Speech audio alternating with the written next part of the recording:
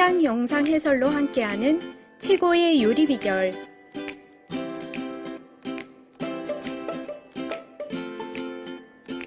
요리에 대가가 출연하여 알려주는 음식의 제조 비법. 또 하나에는 한국영상해설협회. 몸이 축 처지고 기력이 달릴 때 좋은 푸짐한 한상. 구수한 황태채와 냄새만 맡아도 군침이 도는 묵은지의 만남. 더위에 지친 여름철 입맛을 돋워주는 별미 반찬 묵은지 황태볶음부터 오징어를 통째로 올려 보기만 해도 배부른 한 그릇 요리. 아삭아삭한 채소와 쫄깃한 오징어를 함께 먹는 통오징어 덮밥. 깔끔한 손맛의 소유자 한명숙이 소개하는 최고의 레시피. 지금 시작합니다. 민트와 블루의 남방 셔츠를 입고 고개를 숙인 후 손을 뻗어 인사하고 있습니다. 안녕하세요. 한명숙입니다. 반갑습니다, 선생님. 네, 잊지 않으셨군요. 네. 자, 이맘때쯤 되면요, 풋김치도 맛있지만 아주 푹 익은, 맛있게 익은 묵은지가 또 그렇죠. 별미인 시기가 왔죠. 네. 네. 그래서 특히 이제 여름에 날씨가 또 더워지고 기운도 없고 막 이럴 때 또 네. 김장 작년에 해놔서 또 씌어진 새콤한 묵은지로 요리해서 먹으면 네. 입맛도 엄청 살아나고요. 그리고 이제 제가 오늘은 또 별미 반찬으로 드실 수 있는 묵은지 황태볶음 준비했거든요. 와, 묵은지 황태볶음. 네. 네, 이번 주 내내 아주 독특한 그런 네. 제목을 달고 네. 이렇게 요리를 소개해주고 계십니다. 오늘 요리 정말 그 입맛을 한껏 살려줄 수 있는 보양식이 될 것 같은데요. 오늘의 요리 비결 시작해보겠습니다. 묵은지 황태볶음 주재료.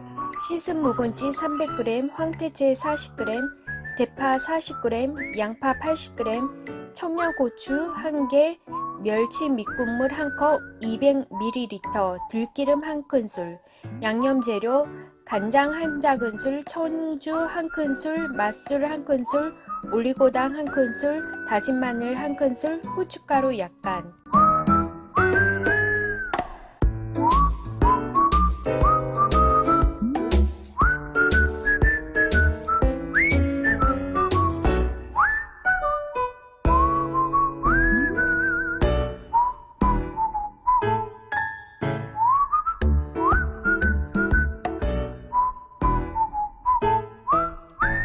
자, 첫 번째 요리 묵은지 황태볶음 만들어 보겠습니다. 어떤 재료부터 네. 손질하실 그래서 거죠? 지금 묵은지와 황태채를 도마 위에 올리고 있습니다. 약간 군내 같은 거는 날 수도 있긴 하지만 굉장히 깊은 맛이 있어요. 그래서 제가 오늘 이제 묵은지를 좀 물에 씻어서 준비를 했거든요. 근데 이게 너무 나는 군내가 좀 많이 난다. 그럼 물에 씻으셔가지고 네. 이걸 쌀뜨물에 담가서 냉장고에 좀 넣어놓으세요. 그래서 뭐 한 몇 시간 넣어놓으시면 약간 군내는 빠지고 그런데 이제 단점은 너무 좀 물에 오래 담그시면 간이 너무 싱거워질 수 있어요. 그러면은 또 된장에 묻혀서 쓰시면 좋긴 해요. 그래서 오늘 이제 묵은지, 저는 작년 김장이 짜지 않아서 잘 씻어서 이렇게 준비를 했고요. 네. 그다음 이제 황태 준비를 했거든요. 그래서 이제 황태 보시고 요거는 그냥 황태채 파는 거 있어서 너무 이렇게 긴 거는 가위로 좀 자르시는데 길이를 익으면 짧아지거든요. 그래서 손가락 길이 정도. 이렇게 해서 이제 뜯거나 가위로 이렇게 잘라서 이제 준비를 해주시는 거예요. 요거는 나는 채가 없다. 그럼 황태포 한 마리 정도 뜯으시면 중간 크기 뜯으면 한 40g 정도 이렇게 되거든요. 그래서 한 줌 크게 이렇게 이제 준비를 했어요. 그래서 황태를 미리 이제 양념해 놓고 재료를 한번 썰어 볼게요. 네. 그래서 여기 이제 지금 보시면은 이렇게 양념. 그래서 이제 아예 황태에 묻히실 수 있는 큰 볼. 예, 준비해 주시면 좋을 것 같아요. 큰 유리볼이 준비되었습니다. 마늘 좀 넉넉하게 묵은지를 또 다 씻었잖아요. 네. 예, 그래서 마늘을 좀 다진 마늘을 유리볼에 넣어 주었습니다. 해주시는데 이거 너무 많다 그러시면 반은 볶을 때 쓰시고 반은 뭐 여기 넣고 하셔도 되시고 그 다음에 여기 지금 보시면은 술을 좀 넣으시는데 맛술, 청주를 같이 넣었어요. 둘 중에 한 가지만 넣으셔도 돼요. 그리고 밑간을 아주 간장으로 이렇게 살짝, 요건 그냥 양조간장 뭐 이런 거 쓰셔도 되고, 그리고 여기에 약간 촉촉하라고 올리고당. 그래서 양념이 좀 약간 축축하고 넉넉하게 이렇게 이제 준비를 했고요. 그리고 여기에 후추도 좀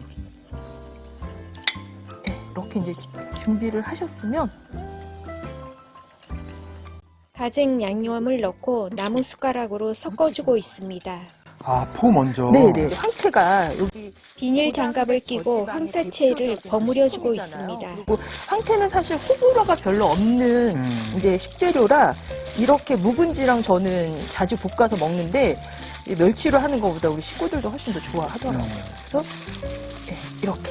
그래서 이제 이렇게 해서 좀 두시는 거예요. 그 사이에 묵은지 찍고 재료 손질하시면 돼요. 양념을 머물 수 있게. 네. 그래서 이제 이렇게 두시고 이제 씻어서 물기 뺀 묵은지. 아까 가르쳐 네. 주신 방법. 네, 그래서 물에 군데가 별로 없다. 맨손으로 씻은 묵은지를 찍고 있습니다. 짜졌다. 네. 그러시면은 쌀뜨물에 담가서 냉장고에 좀 한 6시간 정도 이렇게 해놓으시면 돼요. 그래서 뭐 칼로 쓰셔도 되는데 저는 좀 찢으니까 식감이 훨씬 더 좋더라고요. 맞아요. 어떤 재료든지 칼 다는 네. 것보다 맞아요. 찢은 게 입에서 네. 잘 넘어가더라고요. 맞아요. 그래서 보시고 뭐 고춧가루 뭐 하나를 뭐 이렇게 없이 막 다 쓰느냐고 애 안 쓰시고 조금 있어도 상관없으세요. 네. 이거를 저는 오늘 그냥 씻어서 볶지만 또 고춧가루를 넣어서 색깔을 또 내서 볶으셔도 상관없으시거든요. 야, 이거 진짜 상큼한 향이 납니다. 예. 그 군내가 전혀 안 나는데요? 네. 이렇게 이제 준비가 됐어요. 이제 양파. 네. 양파는 길게 채 썰고 있습니다. 이렇게 해서 이제 하시고 길이로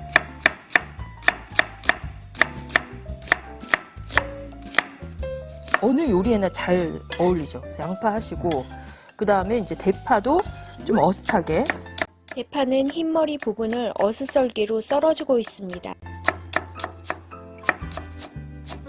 대파도 넣고 묵은지 다 씻었잖아요. 그래서 좀 네. 칼칼하게 청양고추 이제 하나 정도 넣으시는 거 괜찮은 것 같아요. 초록 청양고추를 어슷썰기로 썰고 있습니다. 그래서 이제 준비가 됐어요. 그래서 이제 베이지색 후라이팬이 달구어졌습니다. 그다음에 볶으시는데 이제 식용유를 우리 집에서 드시는 이거 좀 식용유 넉넉하게 쓰셔도 돼요. 기름 좀 오일병으로 넉넉하게 식용유를 두르고 두르고 있습니다. 있더라고요. 그래서 묵은지부터 이렇게 이제 소리가 나는 온도에서 묵은지를 나무 주걱으로 볶아주고 있습니다. 중불 정도에서 볶으세요.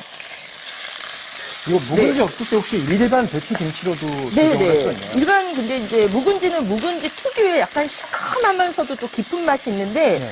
일반 배추김치는 또 그런 맛이 없잖아요. 그럼 이제 일반 배추김치를 좀 그냥 어느 정도 익은 이제 묵은지는 이제 몇 달 이상 보관을 해서 보통 지난 김장 때 것도 요즘들 많이 드실 텐데 그냥 김치로 하실 경우는 여기 볶으실 때 뭐 매실청이나 아니면 식초나 아니면 토마토 잘 이거 으깨서 좀 넣으시면 좀 상큼하면서 깊은 감칠맛 좀 내실 수 있어요. 그래서 배추김치를 할 때는 네네. 그래서 배추김치를 할 때는 뭐 좀 약간 신맛을 재료 넣으시고 그 다음에 이제 여기에다가 이제 양파도 같이 흰 양파를 넣고 같이 볶아주고 있습니다. 그리고 짠맛도 조금 줄여주고 양파의 달달한 맛 그리고 양파의 또 이제 그런 풍미들이 묵은지의 약간 특이한 이제 그런 향들을 이제 잡아주는 효과가 있겠죠. 그래서 이렇게 해서 이제 볶아졌으면 여기에다가 이제 황태를 넣고 또 같이 볶아요. 예.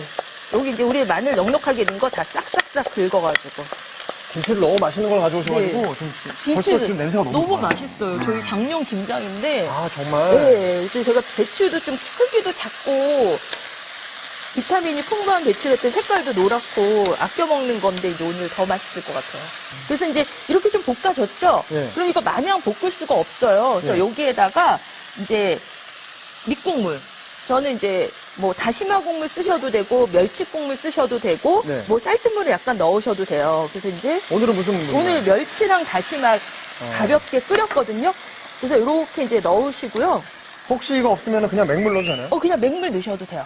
예, 맹물 넣으셔도 이제 황태나 뭐 이런 거에서 맛이 이제 우러나요. 그래서 이렇게 해서 이제 잔잔하게 국물이 없어질 때까지 슬쩍슬쩍 이제 볶아 가시듯이 뭐 뚜껑을 잠깐 덮으셔도 되고요. 그래서 이렇게 해서 은근하게 한 10분 정도 이제 두겠습니다.